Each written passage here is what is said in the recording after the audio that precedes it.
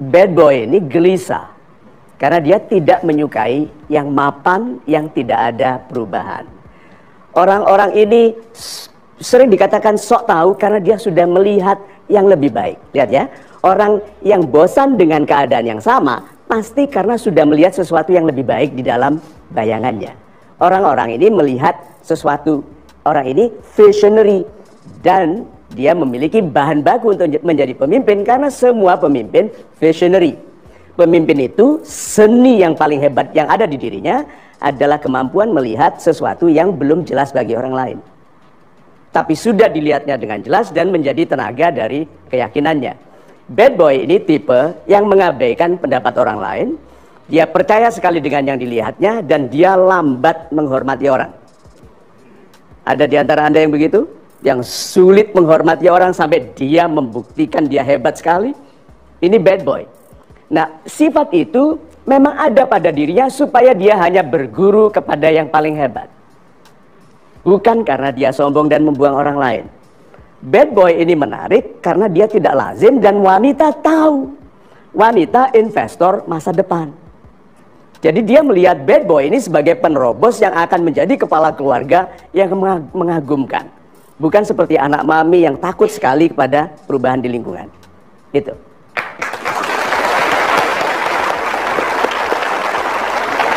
Baik, saya sudah bertanya. Sekarang saya akan persilahkan kepada Bapak dan juga Ibu yang sudah hadir di studio untuk bertanya. Saya Ruslan Arif, Mayor Marinir. Sebagai seorang bad boy, Iya, Pak. bagaimana caranya kita mengeliminir resistensi dari setiap perubahan yang kita bawa? Terima kasih, salam super. Super sekali.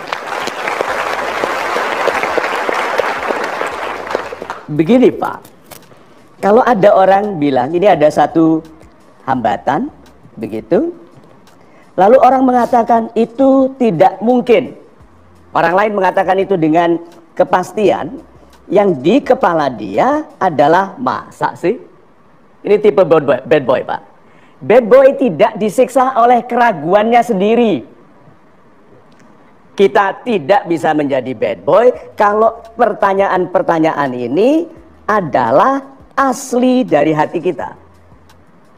Tidak boleh. Kita itu mempertanyakan keyakinan orang tentang yang tidak boleh, tidak bisa, sudah pernah kita coba, gagal. Selalu dia bilang, itu karena yang mencoba bukan aku.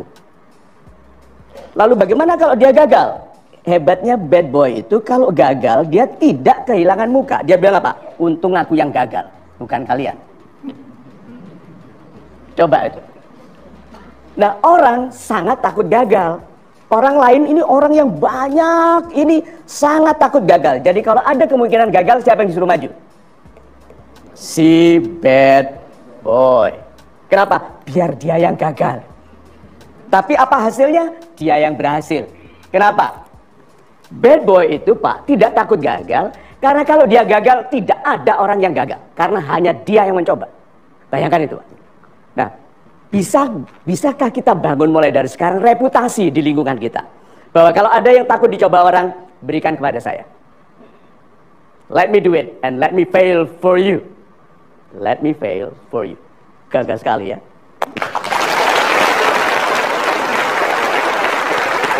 Let me do it Pak ya. Let me pay it for you. Baik, pertanyaan berikutnya. Terima kasih.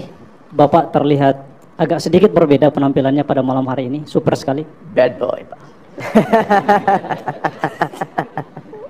Saya Mayor Laut Paut Nurlan. Yes, sedikit bertanya. Apakah bijaksana kemudian kita mempertimbangkan kapan harus berbuat baik atau kapan kita harus menahan diri untuk berbuat baik? Pertanyaan ini menuntun saya kepada pertanyaan sebagai seorang bad boy sejati.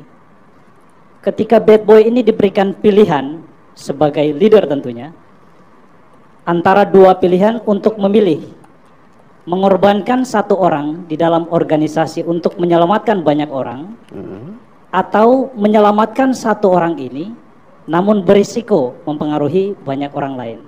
Terima kasih. Super. Yuk kita ambil sikap bad boy. Seorang bad boy tidak memasalahkan pendapat orang lain karena dia katakan pendapat yang paling penting dalam hidupku adalah pendapat baikku tentang diriku sendiri. I control what will happen in my life, my today and my tomorrow.